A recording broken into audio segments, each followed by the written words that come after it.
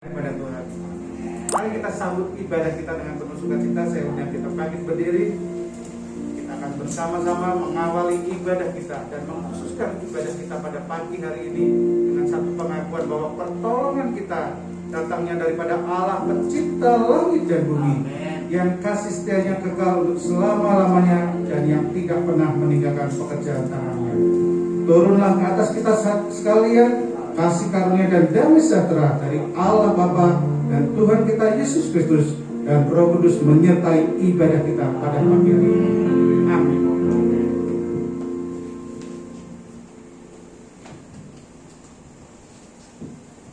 Ya, silakan duduk. Ibu Bapak di dalam Tuhan, kita mempersiapkan hati kita untuk menyembah Allah kita, untuk mengagungkan Tuhan kita. Kita nyanyikan satu pujian, Ku ada sebagaimana Ku ada. Oh, terima kasih Tuhan. Oh, terima kasih. Sebagaimana Ku ada. Berdiri menghadap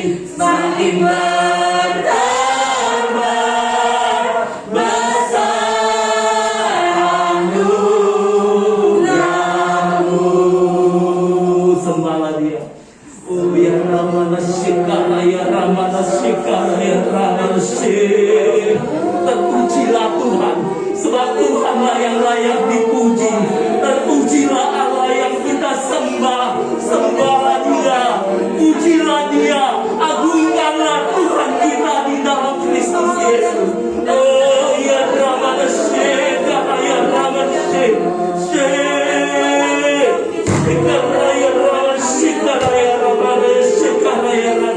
Engkaulah Allah yang kami sembah, Engkaulah Allah yang kami agungkan, Engkaulah Allah yang kami tinggikan di dalam Kristus Yesus.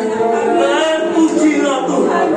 Oh ya Rabbana Sheka, ya Rabbana Sheka, ya Rabbana Sheka, ya Rabbana. Oh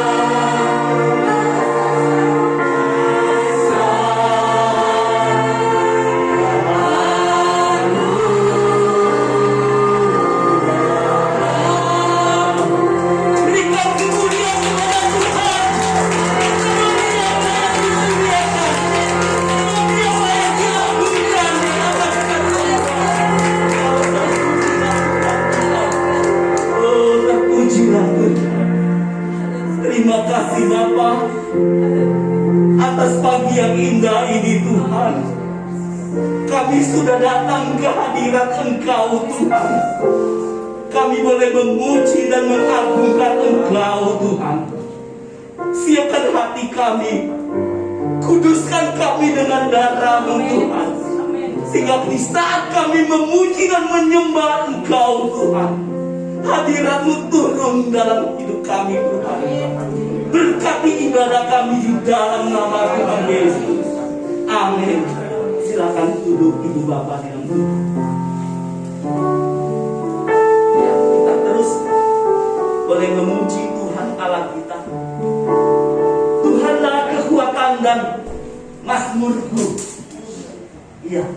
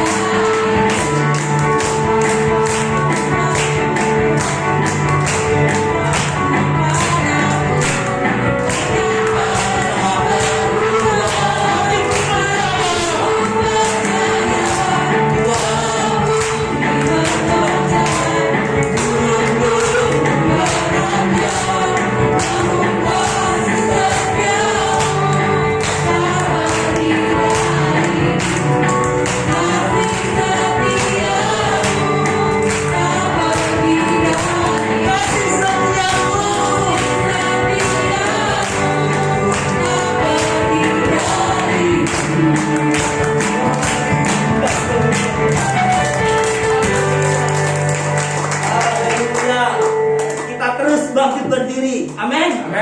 Kita memuji Allah kita. Roh Kudus tercurah di tempat ini.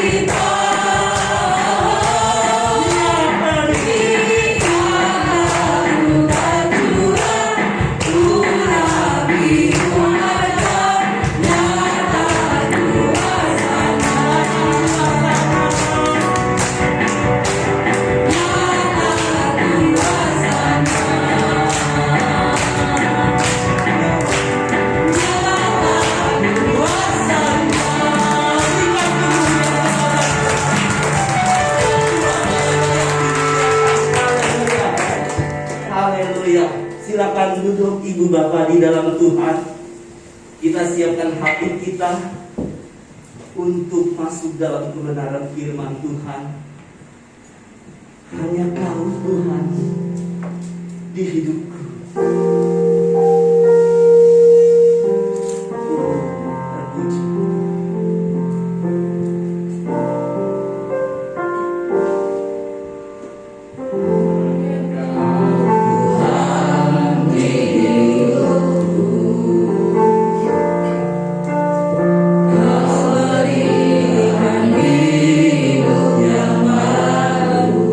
Amin.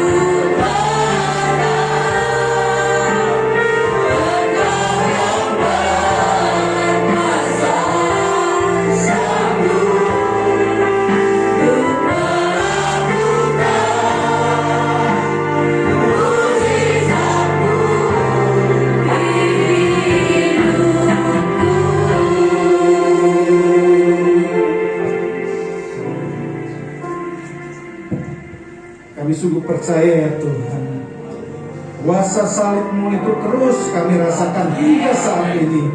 Dan kami tahu ya Tuhan, oleh karena pengorbanan-Mu, kami bisa hidup, kami bisa bersukacita, dan kami bisa menjadi saksi-Mu di dunia ini. Terima kasih ya Bapa. Kami bersyukur pada hari ini kami boleh memuji Engkau, menyembah Engkau, karena Engkaulah yang telah menebus kami, karena Engkaulah yang telah menyelamatkan kami. Tiba saatnya ya Bapa, kami rindu mendengarkan kebenaran firman-Mu yang akan menguatkan kami, meneguhkan kami, sehingga hidup kami semakin hari disempurnakan, dibentuk sesuai dengan gambaran Kristus yang telah Engkau nyatakan dalam hidup kami. Terima kasih ya Bapa. Kami menyerahkan pemberitaan firman-Mu ini ke dalam tangan Tuhan. Biarlah Tuhan sendiri yang beracara melalui hamba-Mu ini. Di dalam nama Tuhan kami Yesus Kristus, kami berdoa dan mengucap syukur. Amin. Silakan duduk jemaat yang dikasih Tuhan. Puji nama Tuhan. Kita sudah berjumpa kembali hingga pada hari ini. Kita boleh bersama-sama berada dalam ibadah kita pada pagi hari ini. Jemaat yang dikasih Tuhan, beberapa hari yang lalu ya kita tahu sejak pengumuman dari pemerintah akan kenaikan BBM, terjadilah yang namanya yang biasa kita lihat demo. Yang namanya demo, apalagi kenaikan harga BBM. Ketika harga BBM naik, semua berusaha untuk menyatakan bahwa pemerintah tidak pro dengan rakyat, tidak mendukung yang namanya ini kondisi lagi susah ini. Tetapi mereka tidak melihat bagaimana secara keseluruhan kondisi dunia ini. Mana yang lebih murah kalau kita lihat itu dibanding-bandingkan dari pemerintahan yang dulu hingga pada saat ini, dibanding-bandingkan dari dulu berapa, sekarang berapa gitu. Ya kalau dibandingkan seperti itu ya saya juga waktu kecil ingat yang namanya bensin harga 500 perak itu ya masih ada gitu dibandingin sekarang. Harga BBM yang begitu melonjak tinggi yang kemudian membuat orang-orang merasa kesusahan ketika harus memenuhi kebutuhan mereka. Dan itu berdampak dengan harga-harga yang lain, bukan? Harga telur misalnya, harga daging misalnya, semua akan merangkak naik mengikuti itu. Enak saja orang berdemo seperti itu. Kalau kita bandingkan coba, padahal di luar sana, kalau kita lihat, kita cermati di Eropa sana, itu mereka bukan hanya harganya naik, tapi sudah mengalami yang namanya krisis energi. Sampai mereka tidak terbendung, kenaikannya bisa 100%. Dan bahkan ada negara yang karena kondisi seperti ini mereka dinyatakan bangkrut. Negara Sri Lanka dinyatakan bangkrut, negara bisa bangkrut. Bahkan oleh karena sebab itu, karena dampak krisis energi, oleh karena perang yang terjadi Rusia, Ukraina dan kemudian merembet ke yang lain, diprediksi itu sudah dinyatakan bakal akan ada 25 negara lagi yang akan mengalami seperti Sri Lanka. Mengerikan. Dari sini kita diingatkan bahwa tidak ada di dalam dunia ini, kalau kita melihat, tidak ada yang dapat bertahan lama dalam kehidupan ini. Seperti harga BBM yang kita pikir tidak akan naik karena pengaruh minyak dunia, ternyata juga ikut naik. Semua ada waktunya. Dulu pernah yang namanya harga minyak dunia itu turun sampai rendah, tapi sekarang bisa naik seperti itu. Semua ada waktunya yang kita tidak paham. Pagi hari ini kita akan bersama-sama melihat bagaimana Tuhan ingin kita menyikapi ketika ada waktu yang berganti waktu yang kita tidak pernah mengerti, kita tidak pernah pikirkan, tidak pernah prediksi. Tahu-tahu di luar segala perkiraan kita, di luar ekspektasi kita. Kita buka bersama-sama di dalam kitab Pengkhotbah pasal yang ketiga, ayat 1 sampai yang ke-11.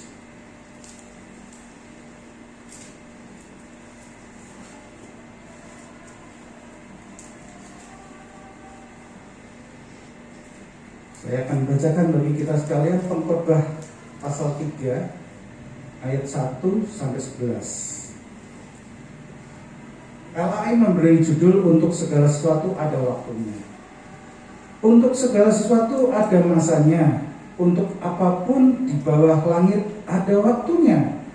ada waktu untuk lahir, ada waktu untuk meninggal, ada waktu untuk menanam, ada waktu untuk mencabut yang ditanam, ada waktu untuk membunuh, ada waktu untuk menyembuhkan, ada waktu untuk merombak, ada waktu untuk membangun, ada waktu untuk menangis, ada waktu untuk tertawa, ada waktu untuk meratap, ada waktu untuk menari, ada waktu untuk membuang batu, ada waktu untuk mengumpulkan batu, ada waktu untuk memeluk, ada waktu untuk menahan diri dari memeluk, ada waktu untuk mencari, ada waktu untuk membiarkan rugi, ada waktu untuk menyimpan, ada waktu untuk membuang, ada waktu untuk merobek, ada waktu untuk menjahit, ada waktu untuk berdiam diri, ada waktu untuk berbicara, ada waktu untuk mengasihi, ada waktu untuk membenci,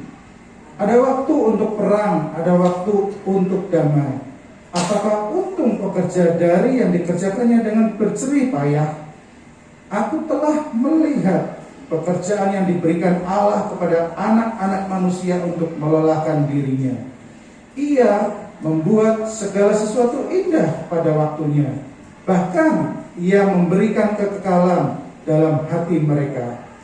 Tetapi manusia tidak dapat menyelami pekerjaan yang dilakukan Allah dari awal sampai akhir. Kalau kita baca ini, sepertinya ada waktu ini, ada waktu itu, ada waktu ini, ada waktu itu yang bertolak belakang satu dengan yang lain. Salomo mengatakan di sini segala sesuatu yang ada di dunia ini ada masanya. Tema dari kitab Pengkhotbah itu adalah kesia-siaan. Di dalam bahasa Ibrani-nya disebut sebagai hebel, yang dalam pengertian segala sesuatu di dunia itu adalah sebuah kepalsuan. Cepat berlalu sama saja tidak ada. Itu arti dan tema yang ada di dalam kitab Pengkhotbah itu. Ketika Salomo mengatakan hal ini menjadi satu bukti bahwa segala sesuatu itu nggak ada yang abadi. Segala sesuatu yang di dunia ini selalu ada masanya. Kalau kita lihat di ayat yang kedua sampai ke-8 itu ada waktu ini, ada waktu itu. Sebuah kegiatan sehari-hari yang sepertinya kita alami sehari-hari itu kita lihat. Menanam, mencabut, kemudian merombak, membangun, merobek, menjahit, mencari untung, kemudian merugi. Itu peristiwa yang kita temui dalam keseharian kita. Ada peristiwa yang juga menyentuh emosi kita. Bagaimana perasaan kita ketika menangis, bagaimana waktu menangis, kemudian juga waktu kita tidak memeluk, waktu kita tertawa, meratap, mengasihi, membenci, berbicara, berdiam diri, dan itu menyentuh emosi kita. Semuanya ada masanya, ada waktunya. Kita tidak pernah dapat membatasi yang namanya waktu itu. Kita mau kalau bisa lebih cepat lah. Kalau bisa mempercepat waktu yang dalam hidup kita. Kalau kita bayangkan seperti ya ulat kemudian jadi kepompong, menjadi kupu-kupu, itu bisa nggak lebih cepat gitu loh? Ulat itu cepat jadi kupu-kupu gitu. Kenapa harus lama dia jadi kepompong dulu gitu? Karena kalau kita mempercepat waktu yang harusnya itu menjadi proses hidup dari ulat itu menjadi kupu-kupu, maka kupu-kupu yang dihasilkan itu, yang akan jadi itu bukan menjadi kupu-kupu yang baik. Bisa jadi mungkin sayapnya kurang, belum penuh, atau harus terbang sebagai kupu-kupu. Ternyata terbangnya nggak bisa lebih baik. Kita tidak pernah menyangka dalam waktu-waktu yang dahulu kita pikirkan, yang kita prediksi, ternyata kok sekarang berubah ya, kok sekarang berbeda ya. Saya saat ini sedang studi lanjut. Ada satu gereja yang bergabung dengan sekolah saya. Jadi di STT saya itu adalah STT yang lebih banyak semua harus sesuai dengan Alkitab, semua Alkitabiah dan seperti itu. Dalam tanda kutip untuk gereja-gereja yang dalam arti yang Pentakosta, yang karismatik itu sangat sulit untuk masuk di situ. Nah, semester ini sebenarnya bukan semester ini, sebelumnya sudah ada beberapa orang yang bergabung, dan semester ini juga bergabung sekitar 40-an mahasiswa baru yang dari satu gereja itu. Gereja yang cukup terkenal dengan puji-pujiannya yang luar biasa, yang ada di mall yang luar biasa. Saya sebut Casablanca pasti sudah tahu lah. Ya, 40-an orang bergabung itu. Mereka yang dulunya kita kenal sebagai gereja yang mereka pasti lebih mengutamakan yang namanya karunia roh. Mereka lebih sangat menguasai yang namanya dunia entrepreneur gitu. Bagaimana dunia bisnis dan segala macam. Dan memang mereka jago di hal itu.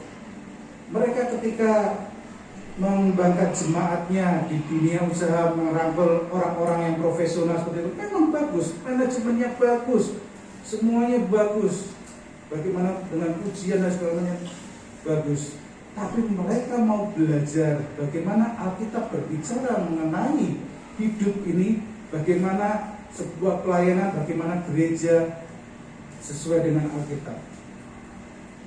Waktunya berbeda, bukan dahulu kita ngecap mereka seperti itu, sekarang berbeda, mereka mau bersama-sama untuk menyeimbangkan, bahkan membekali. Jadi saya tidak pelayanan sembarangan, ada dasarnya. Itu satu kesempurnaan menurut saya ya, kalau menggabungkan seperti itu. Waktu yang dahulu berbeda dengan waktu yang sekarang. Segala sesuatu yang terjadi itu sepertinya tidak konsisten. Semua yang terjadi dalam hidup ini itu harus kita yakini, harus kita tahu bahwa apa yang terjadi kalau kita berpikir itu berbeda dari yang dahulu dengan sekarang. Ingat, ada campur tangan Tuhan di dalamnya. Artinya bahwa Allah berdaulat atas apa yang terjadi dalam hidupmu, apa yang terjadi dari waktu-waktu yang berjalan di dalam setiap kehidupan manusia. Kalau orang dulu sering terkenal, inilah yang disebut sebagai kronosnya manusia, bagaimana waktunya manusia itu berjalan, tetapi di atas itu yang berdaulat adalah Allah, yaitu kairosnya Allah, itulah yang terpenting. Segala sesuatu yang terjadi sepertinya tidak konsisten. Saya ingat 20 tahun yang lalu, saya masih praktek dulu di Pademangan dengan Pak Felix. Tahu, satu hari saya diminta untuk menyampaikan renungan di suatu persekutuan lah, di luar gereja sebenarnya, itu sebuah persekutuan. Temanya sama persis dengan hari ini yang saya sampaikan. Karena itu komunitas yang cukup unik, ya, mereka sesama, ya bisa dikatakan sama-sama nasib atau bukan nasib lah, sama-sama dengan kondisi yang seperti itu, dan mereka berkumpul menjadi satu komunitas dan mereka bertumbuh di dalam firman. Ada persekutuan, saya diminta untuk itu. Selesai dari persekutuan itu dan selesai dari bukan selesai ya, waktu praktek itu saya pernah ditanya, nanti kalau sudah lulus mau balik lagi nggak ke Jakarta? Ya saya tahu arahnya, mau balik lagi nggak ke Pademangan. Sebenarnya intinya ke Jakarta mau nggak? Saya waktu itu bilang tidak mau. Tidak, saya tidak akan balik ke Jakarta. Lihat bagaimana saya keluar dari rumah, sibuknya seperti itu, ramainya seperti itu. Kemudian ketika saya pulang itu rasanya kayak adem, apalagi masuk melewati sawah-sawah dan segala macam waktu itu perjalanan dalam bis itu. Saya bilang tidak. Tapi siapa yang tahu gitu. 8 tahun yang lalu saya harus kembali ke Jakarta. Dengan kondisi ya intinya saya bisa ke Jakarta lagi gitu. Kalau saya bilang tidak, ya harusnya tidak gitu. Ternyata tidak ada yang konsisten, bukan? Tapi itulah waktu yang saya tidak dapat mengendalikannya. Dan saya yakin di dalamnya ada campur tangan Tuhan, ada kehendak Tuhan, ada kedaulatan Tuhan yang mengatur hidup saya. Seberapa keras kita berusaha dalam hidup ini, dalam kita berusaha untuk hidup sehat misalnya, kita makan dengan baik, tahu-tahu kita bisa juga sakit, bukan? Kalau kita manusia berusaha untuk mengatur segala sesuatu dalam hidup ini, tapi tahu-tahu di luar dugaan kita bisa terjadi hal yang berbeda. Manusia tidak bisa mengandalkan hidup ini dalam arti pikirannya dia sendiri. Itu karena kita punya keterbatasan. Manusia punya keterbatasan. Semua yang terjadi, seperti saya katakan, sesuai dengan waktunya Allah.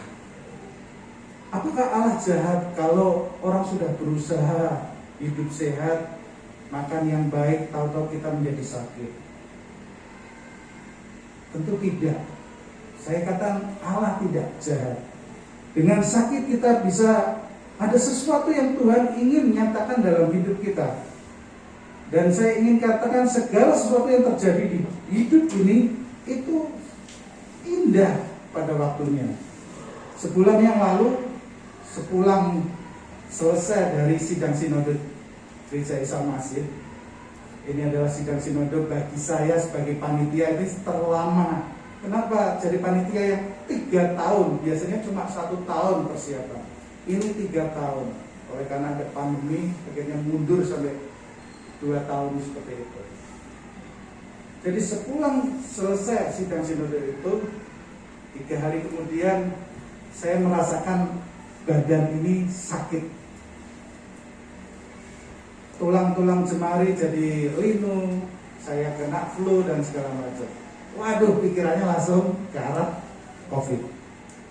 Saya tanya-tanya, ada nggak yang kena COVID di setelah sidang sinode? Peserta ada nggak? Nggak ada.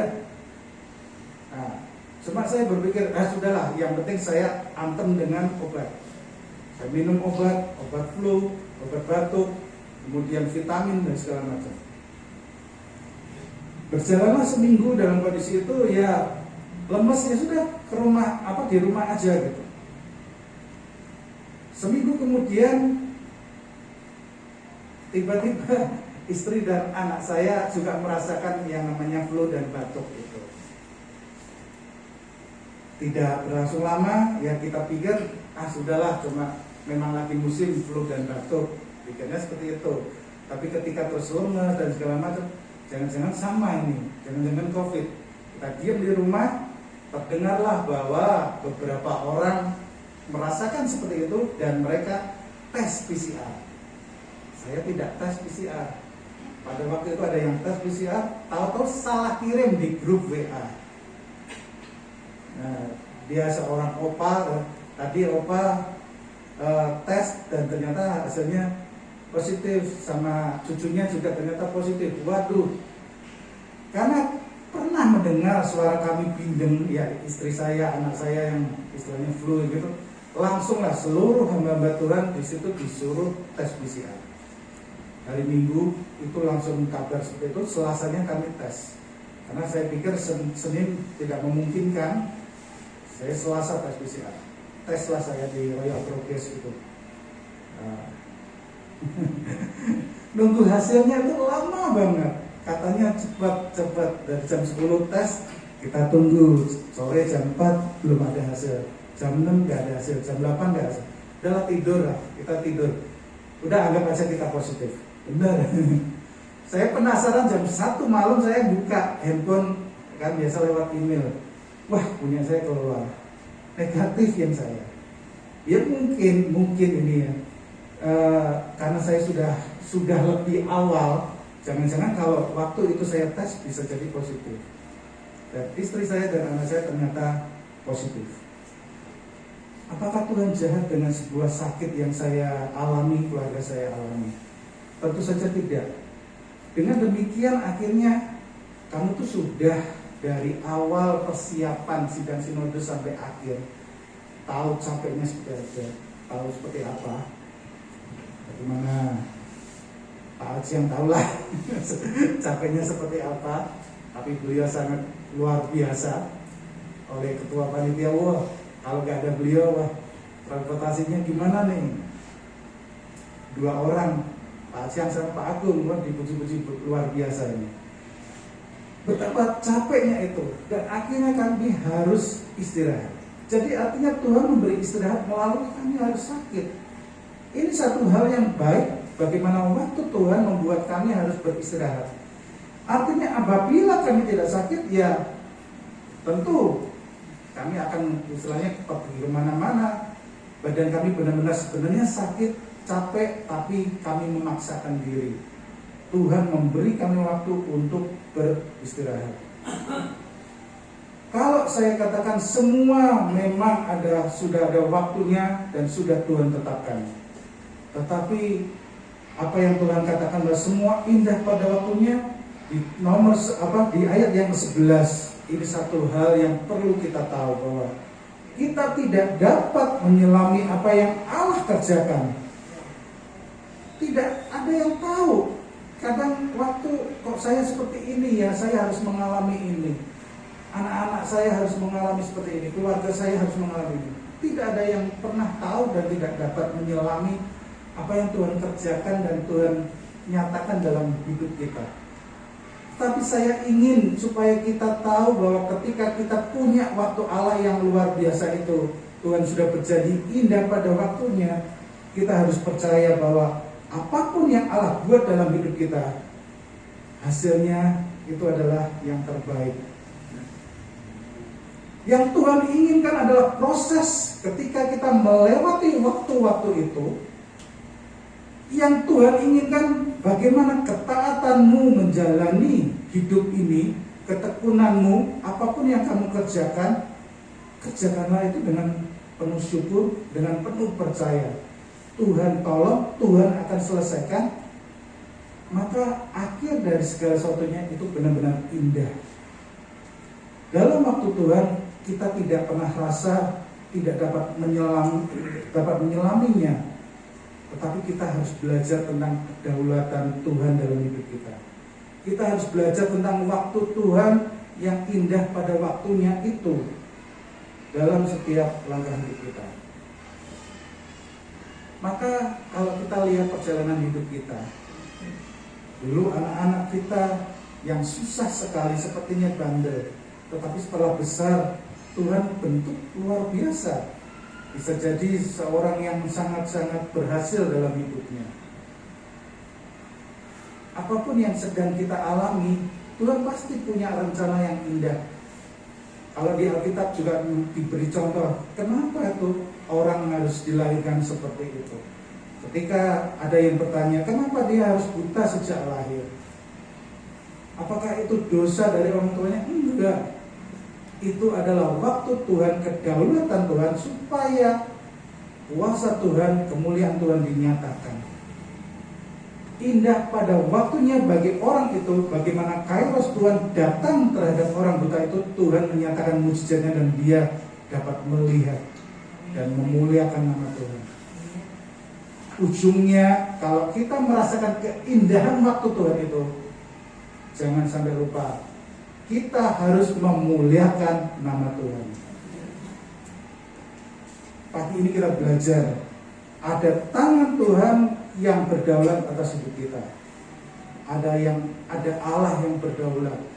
Untuk itu, Dia yang mengatur hidup kita. Kita harus percaya. Kalau kita alami, mari kita terima dengan penuh syukur, yakin itu memang rencana Tuhan, yakin Tuhan akan tolong, yakin bahwa Tuhan akan terus memampukan kita melewati kalau itu susah, kalau itu rasanya berat, yakin Tuhan menopang kita dengan kekuatan daripada Tuhan.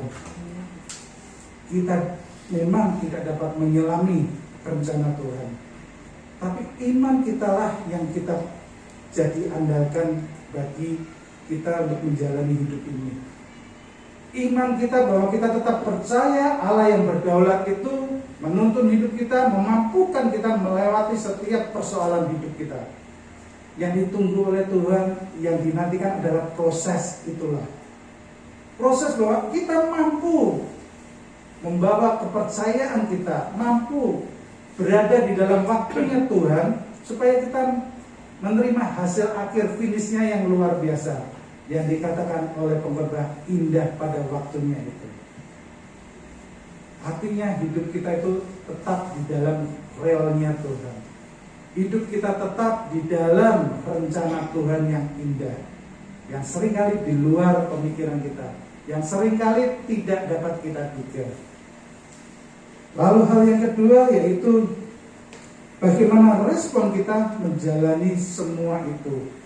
Melihat semua jalan yang Tuhan berikan itu untuk dapat kita jalani, mari bersyukur dan kita dapat melakukan melewatinya bersama dengan Tuhan.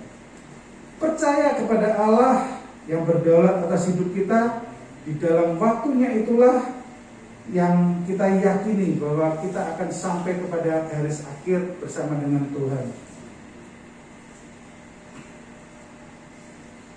Ketika kita mungkin ada yang sudah lagi studi, perjalanan perjuangan dalam studi itu, saya juga merasakan bagaimana perjuangan studi itu, apalagi sudah memasuki masa-masa penulisan skripsi ataupun tesis, waduh, bagaimana beratnya luar biasa. Tapi ketika perjuangan itu kita terus jalani dengan percaya, Tuhan pasti tuntun, Tuhan pasti akan tolong.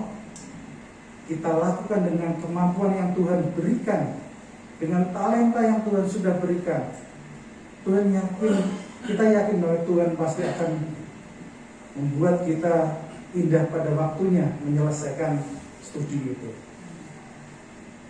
Ketika kita juga dalam pergumulan keluarga kita, dalam jeripayah kita dalam pekerjaan, kalau kita jalani proses itu dengan keyakinan Tuhan berdaulat atas hidup kita, Tuhan beserta dengan kita, maka hasil akhirnya adalah hasil akhir yang luar biasa.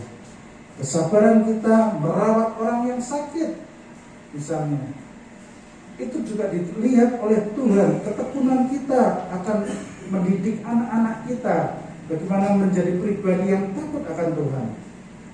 Percayalah, jeripayah kita tidak akan sia-sia. Di dalam kita menjalani hidup ini, sekali lagi, waktu demi waktu yang ada, itu harus kita lewati dengan percaya kepada Tuhan. Kita lalui dengan penuh syukur, kita dengan penuh ketaatan, tahu bahwa ini adalah Allah yang berdaulat atas hidup kita. Maka hasil akhirnya bersama dengan Tuhan, Tuhan menganugerahkan hal yang luar biasa indah pada waktunya dalam hidup kita ini. Jalani dengan penuh pengharapan dan percaya kepada Tuhan. Apa yang sebentar kita akan bersama peringati pun, itu juga menjadi satu pelajaran bagi kita. Tuhan Yesus yang dipandang bukan Mesias yang akan datang. Tuhan Yesus yang dipandang hanyalah seorang anak tukang kayu. Tuhan Yesus yang hanya dipandang sebagai manusia biasa yang tidak dianggap apa-apa, bahkan dianggap sebagai pemberontak, penjahat. Tetapi waktu Tuhan akhirnya yang menjawab bukan. Ketaatan Kristus itulah kerelaannya menjalani kehidupan di dunia ini yang penuh dengan penghinaan, aniaya, celaan.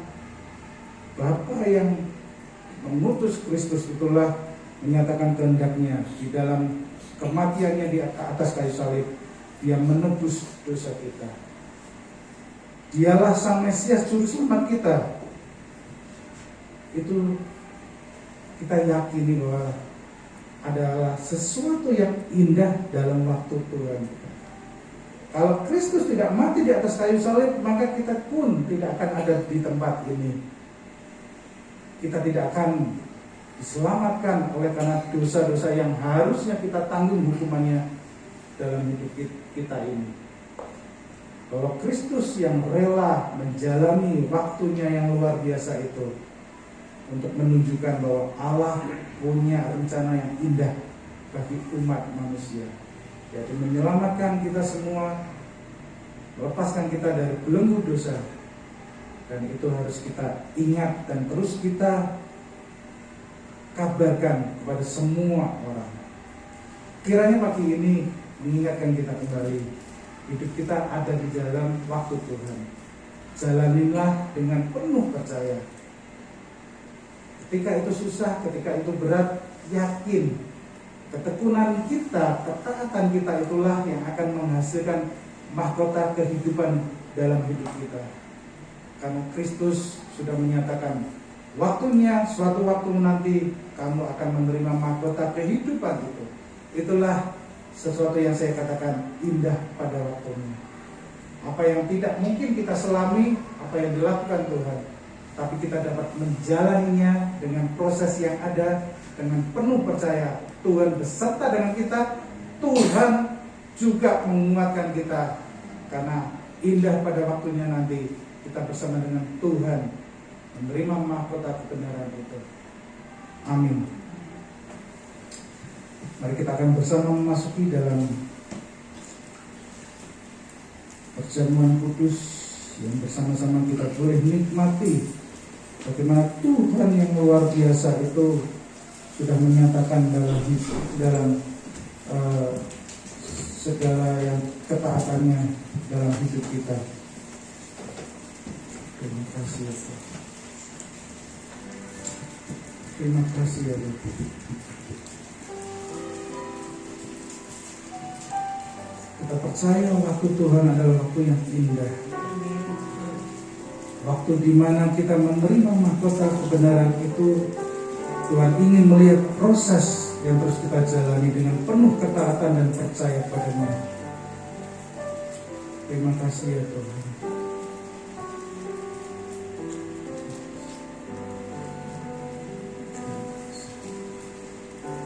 Sidang jemaat yang dikasihi Tuhan, sebelum kita memasuki perjamuan kudus ini, biarlah kita kembali diingatkan bagaimana pentingnya supaya kita paham apa sih itu perjamuan kudus itu. Perjamuan kudus jelas itu adalah perintah daripada Tuhan. Ketika di malam sebelum dia mau diserahkan dalam perjamuan bersama dengan murid-muridnya, dia berkata, dia mengambil roti, mengucap syukur, memecah-mecahkannya dan memberikan kepada murid-muridnya. Dan dia berkata, inilah tubuhku yang diserahkan bagi kamu. Perbuatlah ini menjadi peringatan akan aku. Dia juga mengambil cawan, kemudian dia juga mengucap syukur.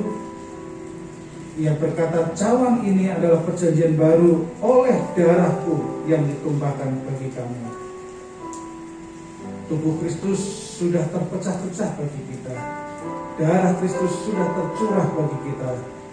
Maka ini menjadi perintah Tuhan yang harus kita lakukan, agar kita memperingati sengsara Tuhan, memperingati kasih Tuhan yang luar biasa itu, sampai Ia datang kembali menjemput kita.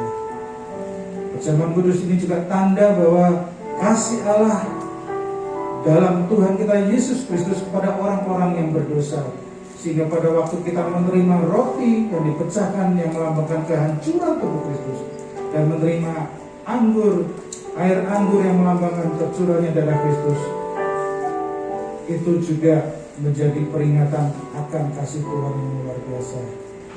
Perjamuan kudus juga merupakan perjamuan persekutuan di dalam sengsara Kristus kepada kita umat berdosa.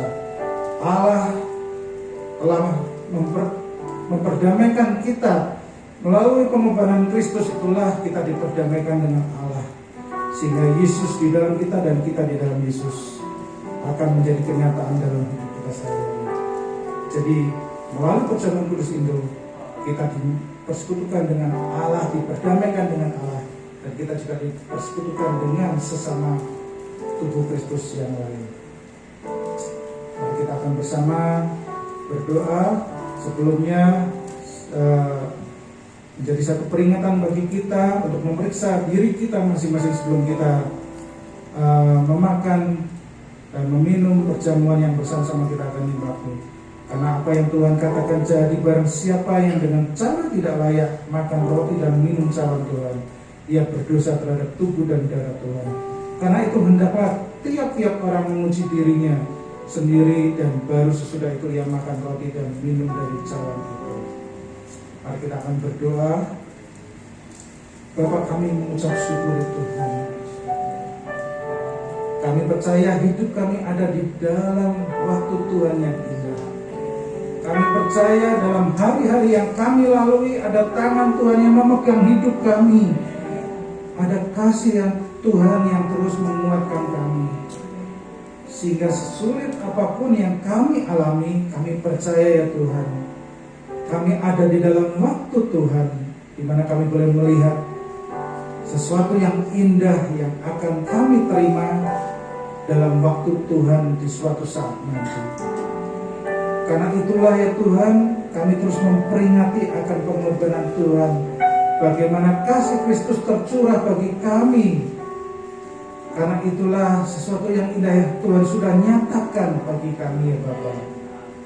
Biarlah pada pagi hari ini kami kembali mengingat akan kasih Tuhan, memberitakan pengorbanan Tuhan, agar setiap orang yang percaya kepada Kristus tidak binasa, melainkan beroleh hidup yang kekal.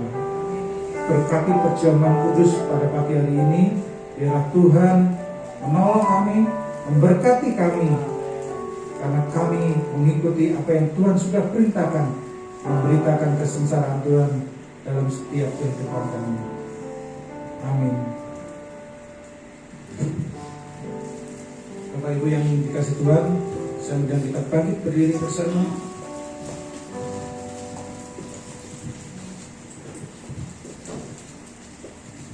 Mari kita bersama mengangkat roti di atas kepala kita dengan tangan kanan kita, dengan mata yang tertuju kepada Bapa, kepada Tuhan. Sebelum kita makan, dengarlah firman Tuhan. Sebab apa yang telah kuteruskan kepadamu telah aku terima dari Tuhan, yaitu bahwa Tuhan Yesus pada waktu malam ia diserahkan, ia mengambil roti dan sudah itu mengucap syukur, ia memecah-mecahkannya dan berkata, inilah tubuhku yang diserahkan bagi kamu. Perbuatlah ini menjadi peringatan akan aku. Tubuh Kristus yang sudah tersalibkan itu untuk menebus dosa kita. Biarlah kita bersyukur atas penebusan Tuhan. Dan kita percaya, mari kita makan dengan penuh percaya di dalam nama Tuhan Yesus.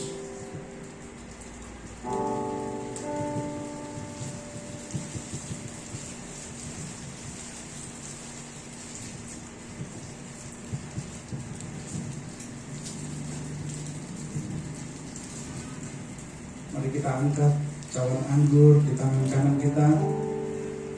Sebelum kita meminumnya, dengarlah firman Tuhan. Demikian juga yang mengambil cawan sesudah makan, lalu berkata, cawan ini adalah perjanjian baru yang dimeteraikan oleh darahku. Perbuatlah ini setiap kali kamu meminumnya menjadi peringatan akan aku. Sebab setiap kali kamu makan roti ini dan minum cawan ini, kamu memberitakan kematian Tuhan sampai ia datang. Biarlah kita bersama-sama bersyukur atas curahan darah Kristus yang menyucikan hidup kita, menyucikan setiap dosa-dosa kita, dan kita yang dosa kita yang merah seperti kirmis boleh disucikan putih seperti salju. Mari bersama-sama dengan percaya kita minum di dalam nama Tuhan Yesus.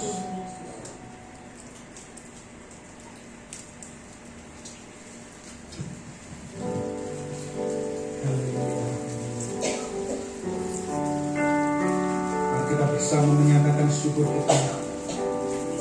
Kita katakan haleluya, haleluya. Kita naikkan haleluya 12 kali. Haleluya. Haleluya. Haleluya. Haleluya.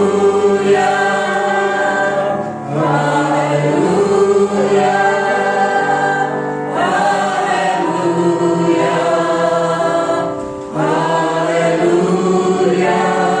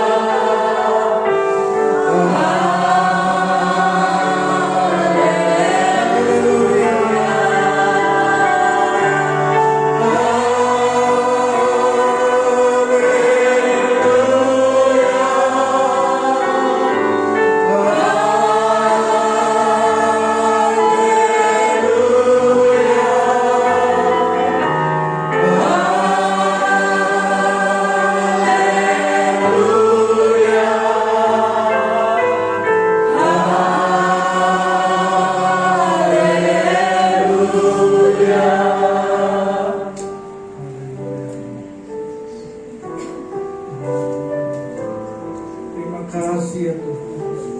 Terima kasih Tuhan. Kami bersyukur berkenan karena bersama dalam hidup kami. Kami bersyukur ya Tuhan. Terima kasih.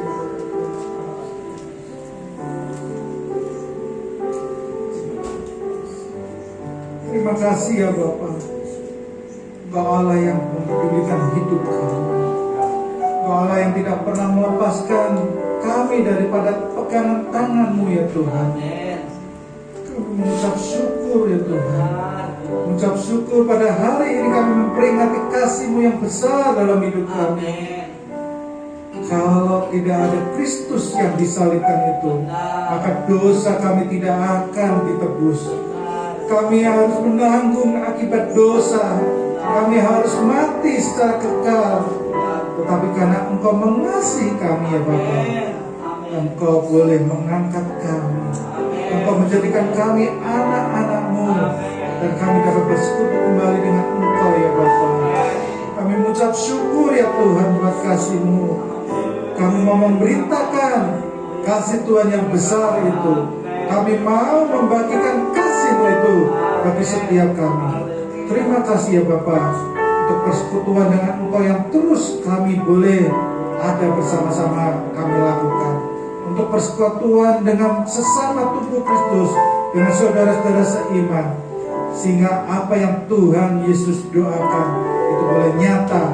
Kami menjadi satu dengan Engkau, dan kami bersama-sama sesama jemaat Tuhan menjadi satu. Terima kasih ya Bapa. Terpujilah nama-Mu ya Bapa. Kami mengucap syukur di dalam nama Tuhan kami Yesus Kristus. Kami bersyukur dan berdoa. Amin. Silakan duduk jemaat yang kasih.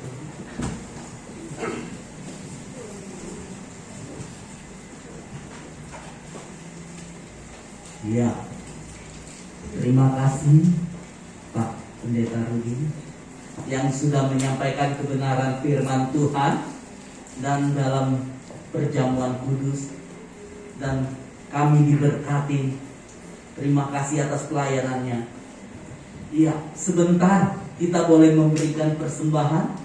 Silakan yang bertugas. Ya.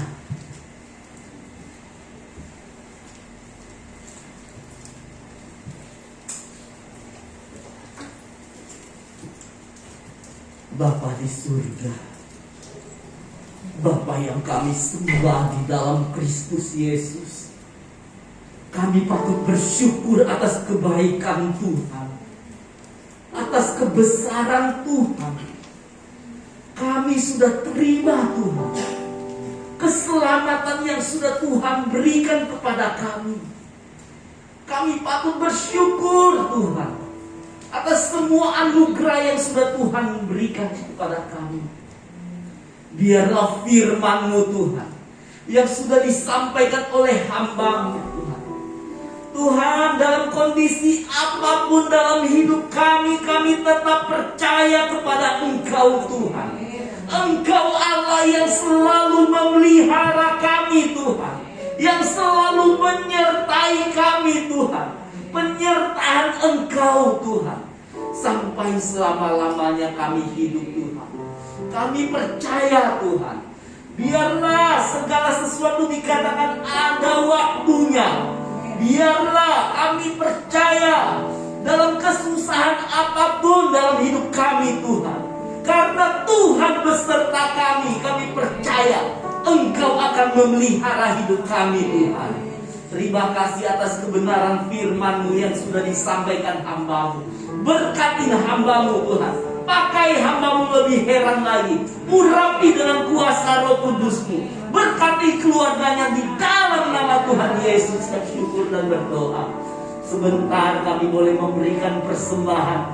Kiranya Tuhan menguduskan hamba-Mu yang melayani, dan Engkau memberkati anak-anak-Mu yang memberikan persembahan. Kiranya berkat-Mu Engkau turunkan berkat kepada mereka, dan di mereka juga memberkati dan memuliakan Engkau di dalam nama Tuhan Yesus. Kami menyerahkan persembahan kami di dalam nama Tuhan Yesus yang syukur dan berdoa. Amin. Kita nyanyikan nomor 2. Ya.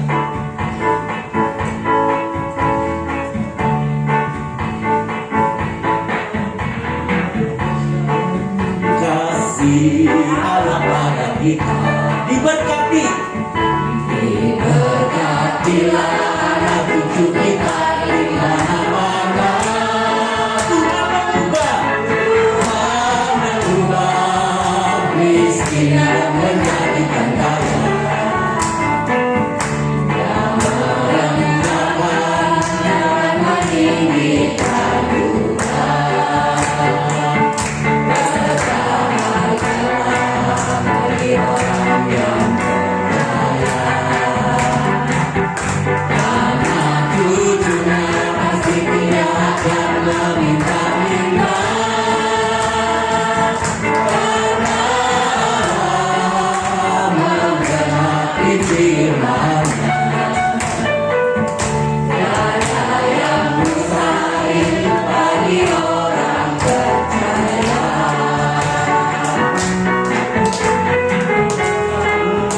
Kasih Allah pada kita. Diberkatilah anak cucu kita di mana-mana. Tuhan mengubah miskin yang menjadikan kaya. Yang merendahkan dan meninggikan duka. Berbahagia bagi orang yang percaya. Anak cucunya pasti tidak akan meminta-minta, karena menggenapi firman-Nya. Tiada yang mustahil. Tiada yang mustahil bagi orang percaya. Tiada yang mustahil. Tiada yang mustahil bagi orang percaya. Tiada yang mustahil. Tiada yang mustahil bagi orang percaya. Iya, terima kasih atas persembahan yang sudah diberikan. Sebentar kita akan mendengar pengumuman. Saya silakan hambanya Bapak Felix Manduri. Baik, puji Tuhan, shalom. Haleluya. Saya tarik nafas dulu. Semua dalam kekuatan Tuhan ya. Amin. Baik, Bapak Ibu Saudara, kita akan melihat informasi di minggu ini.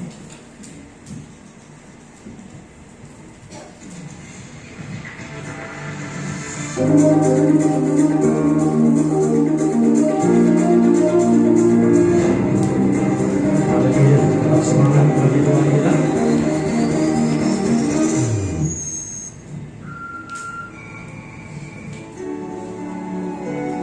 Iya, tema kita di bulan September indah pada waktunya. 2 kali pertemuan lagi kita akan bahas tema ini, Bapak Ibu Saudara. Kemudian hari Selasa kita ada 2 malam ya, secara virtual ya. Di jam 7 malam Bapak Ibu boleh bergabung di sana.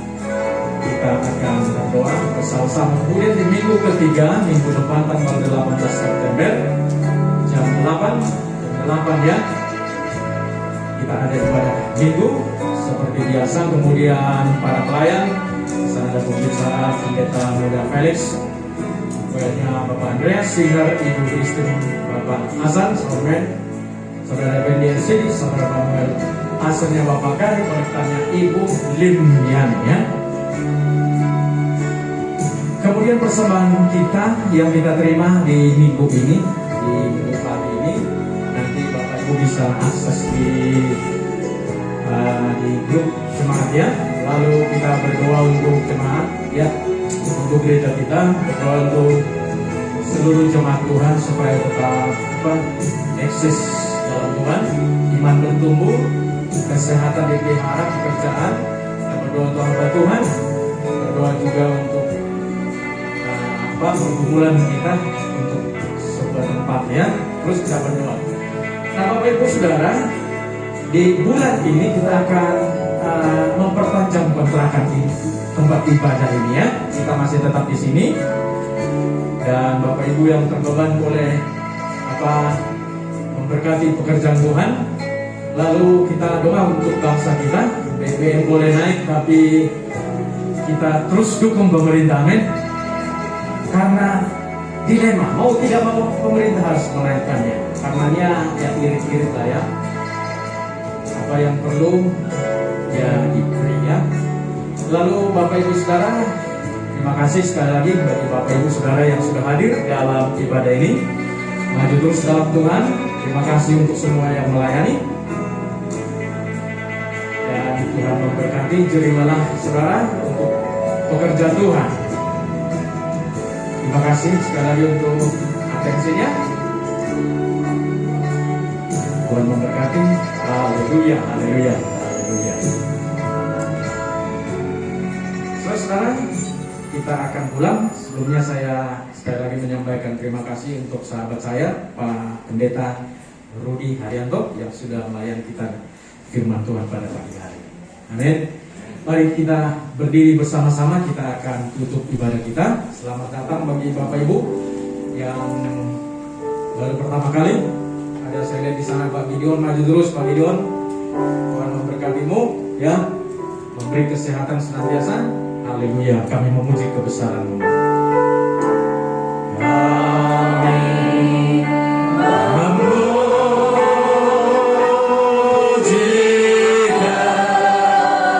kebesaran-Mu. Katakan ajaib.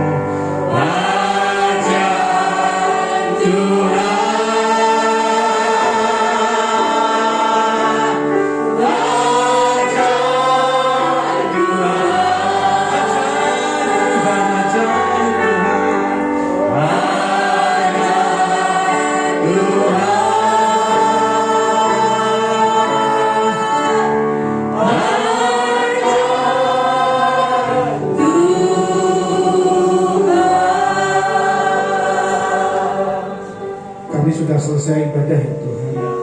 Kami percaya Tuhan memberkati setiap jemaat-Mu, memberkati gereja-Mu tempat ini ya Tuhan.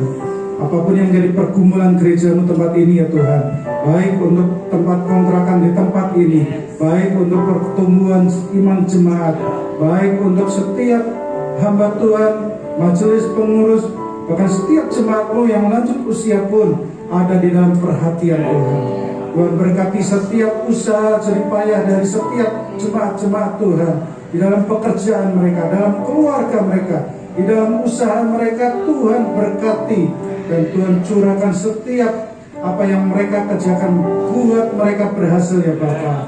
Kami yakin dan percaya Tuhan, pertolongan-Mu, penyertaan itulah menjadi kekuatan kami menjalani hari-hari kami, menjalani waktu yang Tuhan sudah nyatakan, waktu yang Tuhan sudah tentukan. Karena kami mau melihat kemuliaan Tuhan dinyatakan dalam setiap hidup kami, dan kami memuji memuliakan nama Tuhan. Terima kasih ya Tuhan. Berkati untuk setiap persekutuan yang dilakukan jemaat tempat ini, baik melalui online maupun onsite ya Tuhan. Biarlah Tuhan tetap memberikan pertumbuhan iman, memberikan kesatuan hati dalam setiap jemaat-Mu. Terima kasih ya Tuhan. Berkati ya Tuhan. Terima kasih. Sekarang jemaat yang dikasih Tuhan, pulanglah dan arahkan hatimu dan terimalah berkat daripada Tuhan. Tuhan memberkati dan melindungi engkau. Tuhan menyinari engkau dengan wajah-Nya dan memberikan engkau kasih karunia. Tuhan menghadapkan wajah-Nya kepadamu dan memberikan engkau damai sejahtera atas hidupmu, atas keluargamu, mulai saat ini dan sampai selama-lamanya. Amin.